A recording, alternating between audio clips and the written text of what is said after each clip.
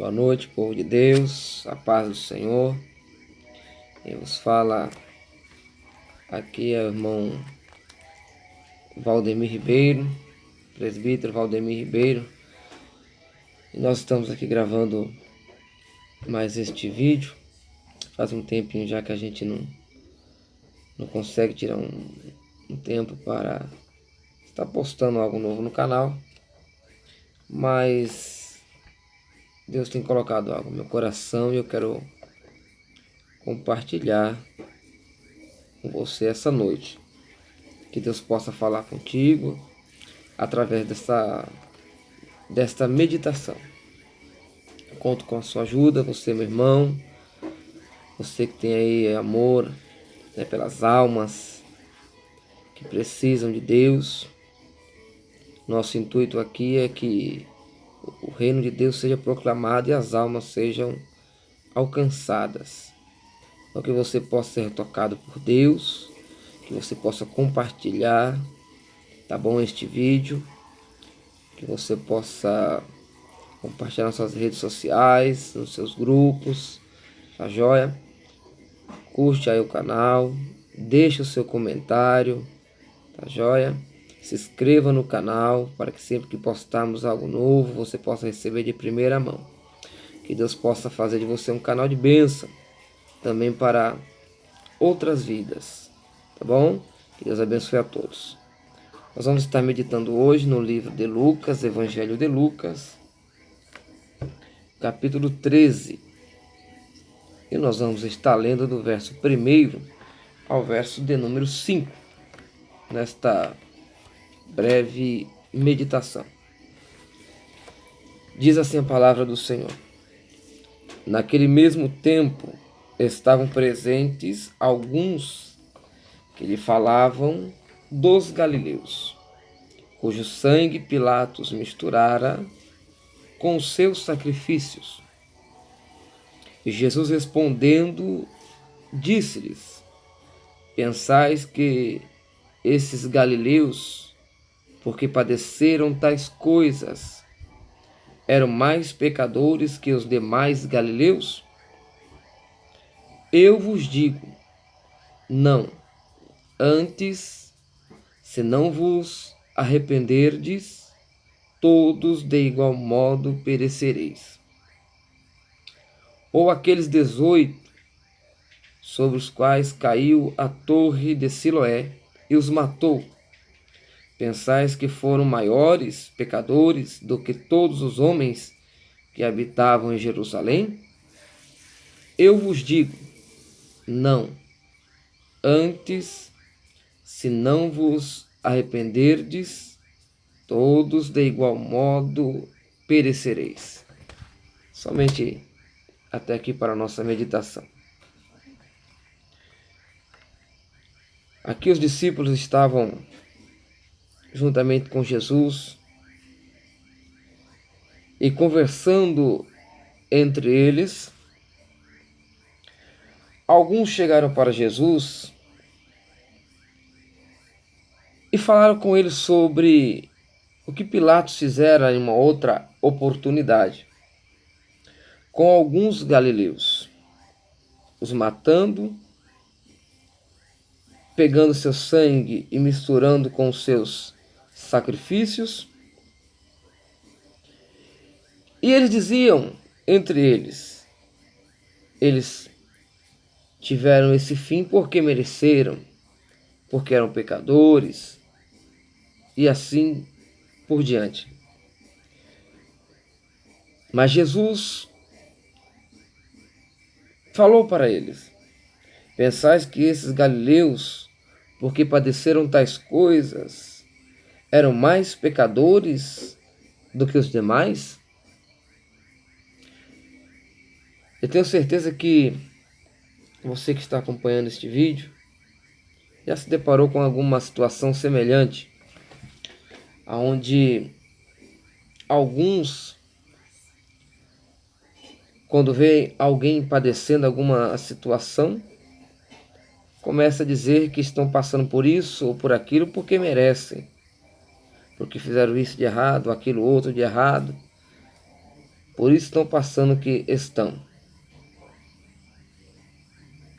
Mas Jesus diz aqui: vocês acham que eles passaram por isso porque mereceram, porque eram mais pecadores do que os demais galileus? Mas eu vos digo, não. Antes, se não vos arrependerdes, todos de igual modo perecereis. E ele mesmo fala novamente àqueles que ali estavam. Ele diz para eles: e aqueles 18 que foram mortos quando caiu a torre de Siloé e os matou? Pensais que foram maiores pecadores que os demais habitantes que habitam em Jerusalém? Eu vos digo que não. Antes, se vos não arrependerdes, de igual modo perecereis. Irmãos, estamos vivendo um tempo onde a igreja passa por situações diversas. E uma dessas situações que nós temos observado, de vez em quando a gente sai por aí, frequentar algumas igrejas, ministrar em algumas igrejas, nós temos observado que está havendo uma falta de crença, de confiança, de que Jesus virá buscar a sua igreja. Em uma igreja, nem todos que ali estão hoje, infelizmente, nem todos, se perguntar, nem todos acreditam de que Jesus vai voltar. Alguns dizem, mas já faz muito tempo. Existem pregadores que muitas das vezes pregam e eles mesmos não acreditam naquilo que eles estão pregando. Mas Jesus diz em João capítulo 14: não se turbe o vosso coração. Credes em Deus, crede também em mim. Na casa do meu Pai há muitas moradas. E eu vou preparar-vos lugar, e quando eu for, virei outra vez e vos levarei para mim mesmo, para que aonde eu estiver, estejais vós também. Em Apocalipse capítulo 22, um dos versos também diz: eis que venho sem demora, ou venho rapidamente. Bem-aventurado aquele que guardam as palavras desta profecia. Em outro trecho da Bíblia Sagrada também diz que o Senhor vela pela sua palavra para a cumprir. Também diz que passará os céus e a terra, mas a sua palavra não há de passar. Jesus voltará para buscar a sua igreja. Aqueles que estão com as suas vidas no altar, aqueles que estão com suas vidas preparadas. E hoje, irmãos, como é o tema aqui dessa mensagem, dessa meditação, se não vos arrependerdes, todos de igual modo perecereis. Não é porque nós estamos na casa do Senhor que somos melhores do que os demais. Todos nós, a Bíblia diz em Isaías, todos pecaram e destituídos estão da glória de Deus. Todos, não fala alguns, não fala a maioria, fala que todos pecaram. Todos nós somos falhos e cheios de erros. E todos nós carecemos de arrepender-se de tudo aquilo que desagrada a Deus. Tem muitas pessoas que confundem, até mesmo dentro da igreja, confundem arrependimento com remorso. Arrependimento é uma coisa, remorso é outra coisa. Arrependimento implica-se em mudança de direção, mudança de rumo, mudança de rota. Você caminhava por um caminho cheio de erros, cheio de falhas, cheio de coisas que desagradam a Deus, mas de repente você foi tocado por Deus e você sentiu o desejo de se arrepender de tudo isso e mudar de direção, parar de praticar essas coisas. Isso é arrependimento. Remorso é diferente. Remorso você sente agora que isso que você vem fazendo não é do agrado de Deus. Você vai para a igreja, você sente que tem feito algo errado. Você pede até perdão para Deus, mas passa 10 minutos, passa alguns minutinhos, você continua praticando ou volta a fazer aquilo que desagrada ao Senhor. Isso é remorso, pois o verdadeiro arrependimento te faz mudar de direção. Vou dar aqui uma ilustração, como eu, quando tenho oportunidade, falo na igreja. Havia 2 jovens, estavam caminhando para a igreja, era um culto de Santa Ceia. Para os irmãos entender o que é remorso e o que é arrependimento. E no meio do caminho eles encontraram uma cobra, uma serpente. E um falou para o outro, era uma cascavel. E o outro disse, não, era uma jararaca. E o outro disse, não, uma cascavel. O outro é uma jararaca. E ficaram nisso, uma cascavel, uma jararaca. Até que começaram a brigar entre eles. E chegaram na igreja, era Santa Ceia, como de costume. Hoje não se faz mais assim. É muito pouca igreja que ainda faz, mas foram pedir perdão antes de tomar a Santa Ceia. E os jovens pediram perdão, apertaram a mão, me perdoe, e tudo bem, tomaram a Santa Ceia. Mas quando acabou o culto, quando saíram lá fora da igreja, um deles disse, mas era uma jararaca. E o outro disse, era uma cascavel. E aí continuou a briga de novo, mais 30 dias até a próxima Santa Ceia. Por quê? Porque não era arrependimento, era apenas um remorso. Hoje, como eu disse, nem todos que estão na casa do Senhor acreditam que realmente Jesus vai voltar. Eu te faço uma pergunta, você acredita? Você tem certeza? Lá dentro de você, responda para você mesmo. Jesus vai voltar? Se você tem certeza que ele vai voltar, você está então se preparando para a sua vinda, aguardando a sua volta. Mas se você não está se preparando para a sua volta, se você não sente mais aquele temor, a Bíblia diz, quando entrares na casa do Senhor, guarda o teu pé quando entrares na casa do Senhor. Tem feito isso? Ou apenas estamos indo para a igreja, cantamos nos departamentos, louvamos se tiver uma oportunidade, pregamos se tiver uma oportunidade, tomamos Santa Ceia, sem nós fazer, como diz aí em 1 Coríntios capítulo 11, verso 23 a seguir, sem nos examinar a nós mesmos. Será que ainda há alguém que se examina a si mesmo?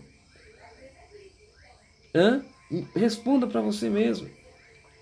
Por quê? Porque nem todos hoje aguardam de fato a vinda do Senhor Jesus. Não se preocupam mais com isso. Só que a Bíblia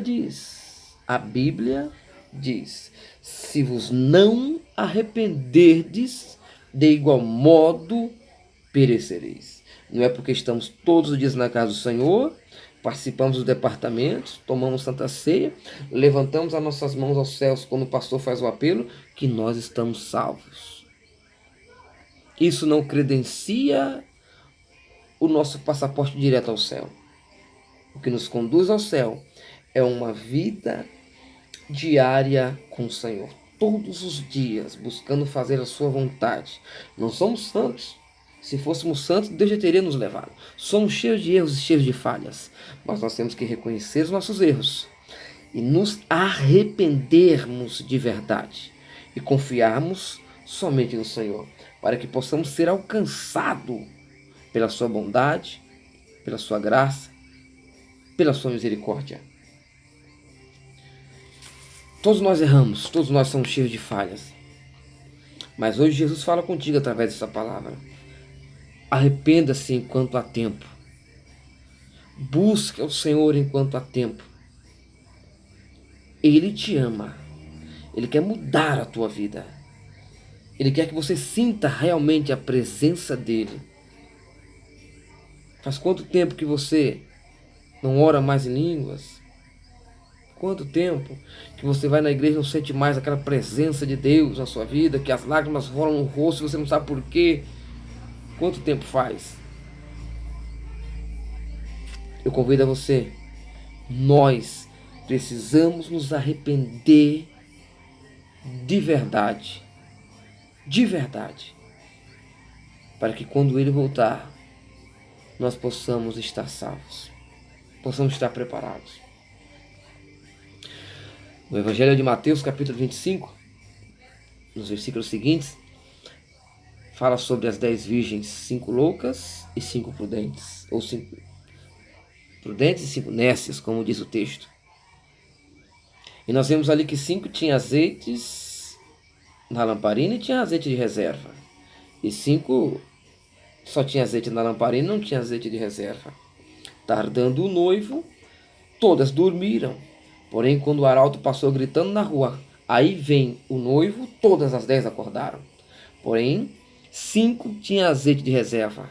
Acenderam as lamparinas e iam ao encontro do noivo.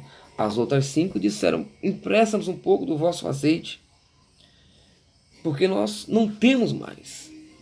E elas disseram: não posso. Se eu emprestar para você, pode acontecer de acabar para nós também, e nós não possamos encontrar o noivo.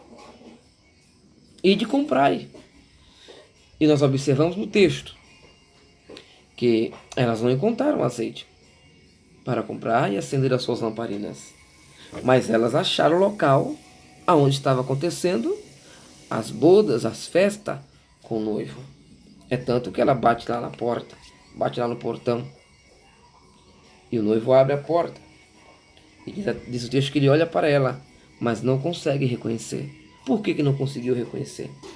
Porque elas não tinham as lamparinas acesas para que ele da porta olhasse para elas e a reconhecesse que eram de fato convidadas.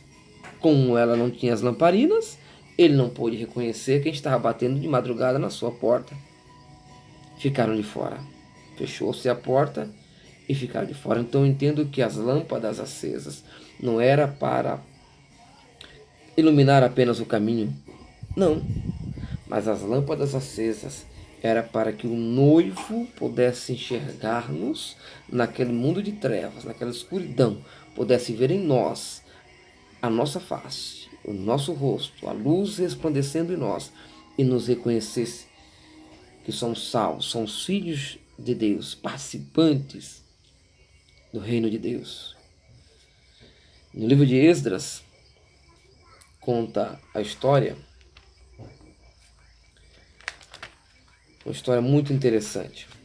Deus usou o profeta Jeremias e por diversas vezes o profeta Jeremias veio falando com a casa de Israel para eles se arrependerem. Mas eles não deram ouvido à palavra do profeta Jeremias. E Jeremias profetizou que se eles não se arrependessem, Deus iria trazer o exército inimigo, iria levá-los cativos. Mas eles não deram ouvido. Muita coisa aconteceu. Nabucodonosor enviou o seu exército sob as ordens do seu capitão Nebuzaradã.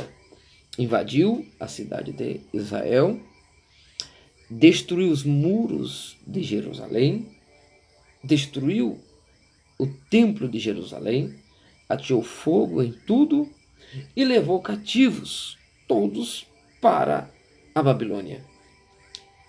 Durou cerca de 70 anos o cativeiro. E eles foram levados para a Babilônia em 3 grupos.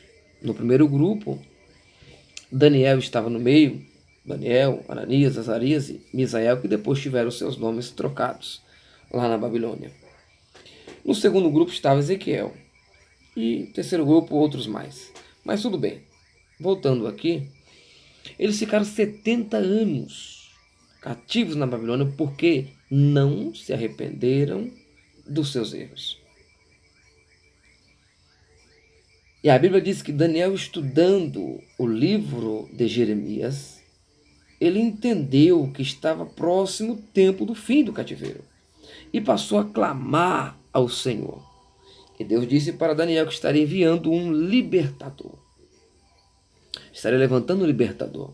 Mas o libertador dos libertadores ele iria enviar se referindo a Jesus Cristo, o Messias, o enviado de Deus, o Salvador, o Cristo, né? Para salvar não somente um grupo de pessoas que estava cativo na Babilônia e levá-los para Israel, mas para salvar uma humanidade que está escravizada, aprisionada em um mundo de pecado, de erros, de falhas, de problemas de todo tipo, e que se distanciam a cada dia mais de Deus. E a Bíblia fala sobre isso, né, que todos pecaram, né, e destituídos estão da glória de Deus, ou seja, distantes, longe da glória, da presença de Deus, devido aos seus erros e falhas. Mas Jesus veio para trazê-los de volta a Deus. O Evangelho é isso. E este Esdras, Deus levantou nesse período de 70 anos, quando o reino Medo e Persas vieram contra a Babilônia, né, destruíram a Babilônia, e virou o período Medo e Persas. E neste período, Deus levantou ali o rei Ciro. Depois de tantos reis, levantou o rei Ciro. E Ciro foi o libertador de Israel. Foi aquele que Deus usou para o cumprimento da sua palavra, que duraria 70 anos. A escravidão deles ali, o cativeiro deles ali na Babilônia. Ciro levantou-se e chamou o povo de Israel e disse: olha, todos vós estão livres. Se quiserem voltar para as vossas terras, podem voltar. Chamou Jeroboão. Jeroboão levantou-lhe 50.000 israelitas e voltaram para Israel com a ordem do rei Ciro de reconstruir o templo do Senhor em Jerusalém. Eles voltaram para Babilônia, para Israel, e começaram a construir o templo. Voltaram com ouro, prata, o rei Ciro ajudou, outras pessoas ajudaram, mandaram tudo para eles. E eles começaram a construir. Porém, houve levantes, houve muitas situações para tentar impedir o povo de reconstruir os muros. Com muito custo, depois de 20 anos, eles conseguiram construir pelo menos o básico do templo, mas faltou o acabamento. E neste período, já estava reinando lá o rei Artaxerxes. E esse Artaxerxes chama Esdras, que era um sacerdote e escriba, e enviou ele com mais cerca de 1.700 homens de Israel, chefes de Israel. E com eles deu também ouro, prata, no seu tesouro pessoal. Os outros habitantes também do seu reinado, seus príncipes também deram ouro, prata, tudo o que eles precisavam para o acabamento do templo em Jerusalém. Então Esdras foi com dois propósitos. Jeroboão com um propósito, que é de reconstruir o templo, e Esdras foi com dois propósitos para Israel. Primeiro propósito, acabar a construção do templo. E o segundo propósito que ele foi era ensinar o povo para que fosse fiel ao Senhor. Esdras, como eu já mencionei, ele era um sacerdote e escriba. E ele é um homem, segundo Esdras capítulo 7, verso 10, Esdras, porque Esdras havia preparado o seu coração, perdão, o cachorro latiu aqui, havia preparado o seu coração para buscar a lei do Senhor e para executá-la, e para ensinar em Israel estatutos e juízos. Esdras tinha o seu coração o desejo de buscar ao Senhor, o desejo de adorar a Deus, de obedecer a Deus e de fazer a sua vontade. Esdras tinha esse desejo no seu coração.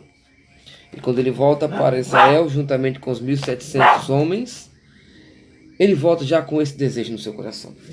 Depois de acabado a construção do templo, eles passaram a adorar o Senhor, passaram a buscar a Deus, passaram a servir ao Senhor.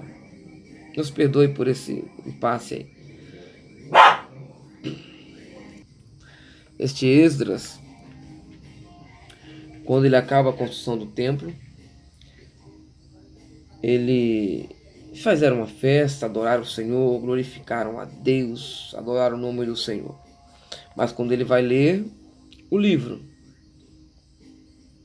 ele percebe que alguma coisa estava errada. Alguém chega para ele, no capítulo 9 de Esdras, e diz: Ora, quando essas coisas estavam feitas, os príncipes vieram até mim dizendo: O povo de Israel, os sacerdotes e os levitas, não se separaram das abominações dos povos da terra, a saber, dos cananeus, dos heteus, dos fariseus, dos jebuseus, dos amonitas, dos moabitas, dos egípcios e dos amorreus. Ou seja, eles ainda continuavam com as mesmas práticas, eles continuavam. 70 anos cativo na Babilônia não serviu para eles mudarem suas atitudes, mudarem seus jeitos, aquilo que eles faziam. E continua ainda, pois tomaram das suas filhas para si e para os seus filhos, de modo que a semente santa tem se misturado com os povos daquelas terras. Sim, a mão dos príncipes e soberanos, que foram os primeiros nesta transgressão. Ou seja, eles tomaram mulheres de outros povos, com outros costumes, que adoravam outros deuses e tantas coisas mais. E a Bíblia dizia, a lei falava que eles não poderiam fazer isso. E eles eram sabedores disso e não levaram em conta. Não levaram em conta. Quando Esdras soube disso, a Bíblia diz que ele rasgou as suas vestes, arrancou a sua barba, puxou o seu cabelo, se vestiu de pano de saco, jogou cinza sobre ele e se humilhou diante do Senhor. E ele ficou ali sentado, pasmo, atônito, até o sacrifício da tarde. Porque ele percebeu que os 70 anos que eles passaram cativos não serviu. E que eles estavam prestes a serem punidos novamente por causa dos erros dele. Eles precisariam se arrepender o mais rápido possível para que Deus pudesse perdoá-los. E sabe o que aconteceu? O povo chegou para Esdras e disseram: Olha, Esdras, nós erramos, nós falhamos. O que nós podemos fazer para que haja misericórdia da parte de Deus para nós? Será que ainda há esperança para nós? O que nós podemos fazer? A ti pertence esse negócio, Esdras, e nós seremos contigo. Eu não estou parando para ler tudo por causa do tempo. Mas eles disseram: Olha, vocês têm que largar todas as vossas mulheres e todos os vossos filhos. Mandá-los de volta para as vossas terras. Dei alimentos para elas, deem comida, o que eles precisarem para o caminho. Mas vocês precisam reparar o erro, se arrepender do que vocês fizeram. As esposas, os filhos, não tiveram culpa naquilo, mas eles tiveram, porque eles sabiam que não podiam e mesmo assim fizeram. Olha a consequência de um erro feito, cometido. Olha a consequência. Eles tiveram que dispensar, desfazer os seus relacionamentos, os seus casamentos, desde os sacerdotes, desde os chefes das tribos, todos eles tiveram que mandar suas esposas embora. Mas aquele arrependimento no coração de Esdras, quando ele rasgou suas vestes, se humilhou diante do Senhor, um verdadeiro arrependimento contagia outras vidas a fazerem o que é certo. Isso aqui é só uma ilustração para vocês perceberem ou entenderem a seriedade que é isso. Para Deus não há errinho nem errão, pecadinho ou pecadão. Para Deus o que há é aquilo que agrada a Ele e que é a sua vontade, e aquilo que não faz a vontade de Deus. Desde a mentirinha até algo maior. Nós temos que nos arrependermos de verdade de tudo que não é do agrado do Senhor, o mais rápido possível, pois cedo Ele vem buscar a sua igreja. Pode ser hoje, pode ser amanhã, eu não sei a hora, eu não sei o momento, mas sei de uma coisa, nós temos que estar preparados. Você está preparado? Será que eu estou preparado? Se Ele voltar agora, será que não há nada em mim que eu preciso me arrepender? De verdade? Será que não? Fica essa meditação. Se de igual modo não arrependerdes, de igual modo perecereis. Jesus te ama. Ele quer salvar a sua vida. Se você ainda não serve ao Senhor, entregue a sua vida ao Senhor. Arrependa dos seus erros, das suas falhas. Reconheça que você é dependente de Deus. Você que já serve ao Senhor, que você possa também se arrepender dos seus erros. Que você possa também buscar o Senhor. Que Deus te abençoe. Fique com você. Fica aí esta palavra para a vossa meditação.